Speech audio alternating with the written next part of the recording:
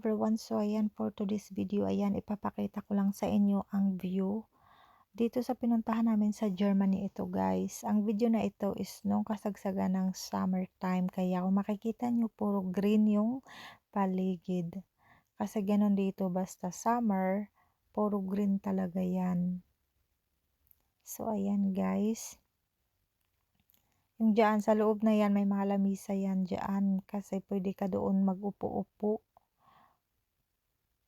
Ayan, o 'di ba ang ganda ng view, nakaka-relax yung lugar na ito.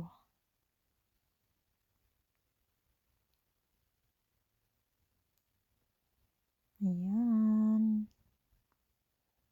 may mga nagbike pa. So kani siya guys, diri ni sa ubos guys. So ingon ana siya.